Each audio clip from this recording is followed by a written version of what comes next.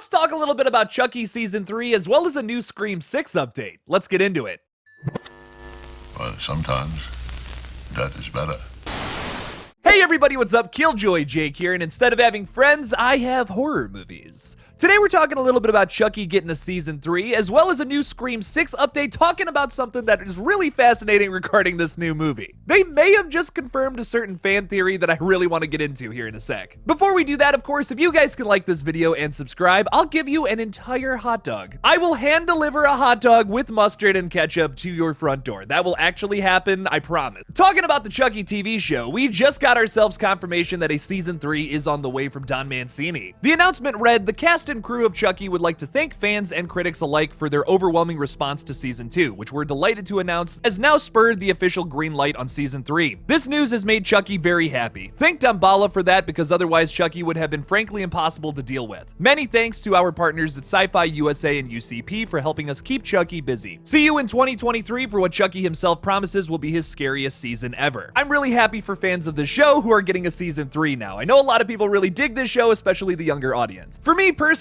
the Chucky TV show feels like what Scary Movie is to Scream. It just feels like a self-parody and doesn't even feel like it's canon to the other movies. Well, maybe except Seed of Chucky. I mean, this whole series is basically just a sequel to that, tonally. Knowing Don Mancini as a creator, though, the guy likes to keep his ideas all the way back in his brain when he's unable to do them in his movies, so I feel like this TV show is just his sandbox where he can kind of throw every single idea he's ever wanted to do for Chucky out in the open and just try to make it work. For that, I'm happy for Don to be able to finally actualize and flesh out some of these ideas that I'm sure he's had for a very long time. That I'm also sure that the guy just wasn't able to do in movies because some of them are just so outlandish and ridiculous. I'm not going to be covering Season 3 of Chucky because I got about halfway through Season 2 and it did nothing for me. It's just chaotic nonsense. It's basically turned into a Puppet Master movie at this point for me. But once again, like I said, I'm very happy for everyone who's a part of this project. I seriously love everybody who's attached to this project too, and it makes me really sad that I'm just not a fan of it. So check out Season 3 of Chucky later this year. But getting ourselves into a little Scream 6 update. The official Scream accounts posted a crossword puzzle for us to solve that has some very interesting answers. Some of the answers are easy to figure out. For example, number 4 is esteemed four-year institution. That is, of course, Blackmore University. We learned that from set pictures earlier last year. We saw many set photos at this location that was played by McGill University all the way up in Montreal. And Subway is also an answer to another one, which we got to see in the teaser. That has me so excited. All of the questions and answers feel very screamy, but 5 down is the one that sticks out like a sore thumb. The question is, where can you worship me? And the answer is shrine. Now, I don't know about you, but I've never really seen anybody worship Ghostface at a shrine in any of these movies. Maybe I missed that in the past 5 films, but that's pretty out of place in my opinion. It almost seems like they're confirming that maybe a cult of Ghostface is going to be in this new movie. It might be a little weird to have a bunch of followers worshiping a dude in a Ghostface costume. That might be a strange scene, don't get me wrong, but this would be the movie to do that whole cult of Ghostface theory thing if they wanted to do it eventually. I feel like it just makes the most sense to do a cult movie with like a bunch of ghost faces here in New York City. They're already teasing that in the trailer, that there's like millions of people in the city. There's been many clues through the marketing that would suggest that there are multiple masks worn by different killers at different points in the movies.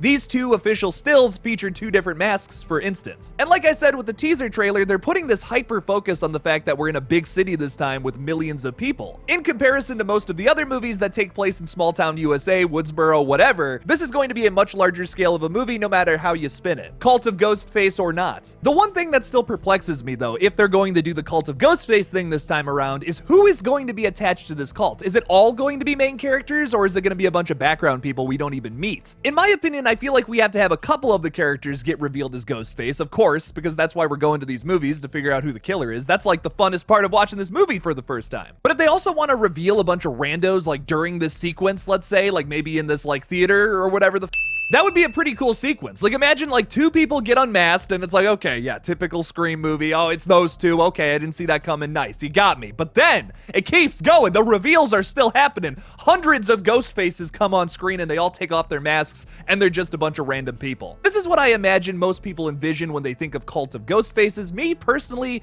I don't know if that works. I think that there's a better route that they can go here that would make the film even more interesting and maybe even dive into a little bit of social commentary. Okay, so what if instead of a bunch of of random people showing up on stage. There's like hundreds of ghost faces running around. It's a cult. Okay, what if instead we have ourselves a new cop character this time around? Dewey's dead. It's a sad thing, but that's in the past, unfortunately. Dermot Mulroney's character is a police officer in this new movie. He confirmed that a little while ago in an interview where I feel like he might have spilled a little too many beans there. Could Dermot Mulroney's character be a dirty cop who perhaps has many other cops involved in this cult of Ghostface thing where they're running around killing people for whatever reason? Think about how powerful a troop of ghost faces could be that were all cops, had access to evidence from the past. There's a lot you can do there. It all kind of makes sense from some of the set photos we've seen. Why is that mask all broken up and craggly? It looks old. It looks like it may even be a ghost face mask worn by a past killer, for instance. The cops have always been seen as the good guys in these movies too. Like, you're never looking at the cop characters for, oh, that person could be Ghostface. They're never suspicious. So if this movie has a bunch of side cop characters that you're just like, yeah, okay, whatever. They have like a couple of lines, and then they get revealed to be Ghostface at the end, that would be pretty wild. I wouldn't expect that. Especially if your central figure is Dermot Mulroney's character, who's like leading the whole operation. And speaking of Mr. Mulroney, how does all of this tie back to the whole shrine thing? Because a cult doesn't necessarily mean it's some kind of religious angle. Or does it? What if Dermot's cop character has this god complex and that's kind of his motive for killing people? He wants to be the very best. The best Ghostface ever was. So maybe he's just using the Ghostface costume as a symbol for his god status. And if you feel like that's a little out of place, maybe a little too high concept for a Scream movie, I would argue that it's not. The Ghostface killings in this universe are like the biggest, craziest true crime story out there. I mean, think about how crazy this is. This is 9 different serial killers all connected through 25 years of history. Ryan Murphy would be creating like 1,000 drama series based off of those events.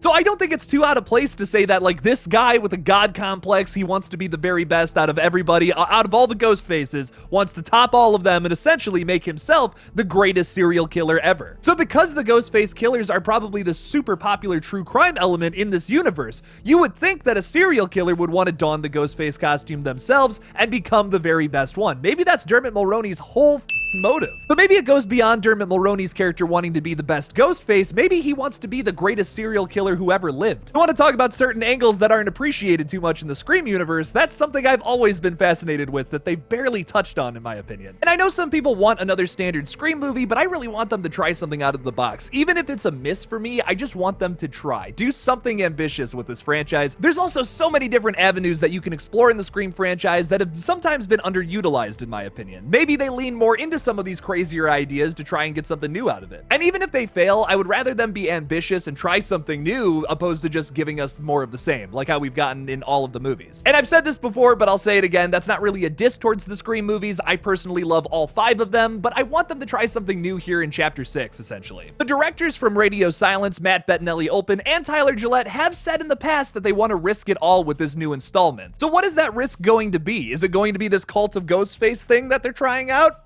Perhaps. But what do you guys think about this crazy theory that stemmed from literally one answer of a crossword puzzle? Leave me something about it in the comments below. Thank you guys so much for watching this brand new Scream 6 update. Don't forget to like this video and subscribe for more horror content in the future. Please consider supporting me on Patreon or becoming a channel member by clicking that join button on my page. Thank you guys again for watching, and as always, don't forget to kill it out there, y'all.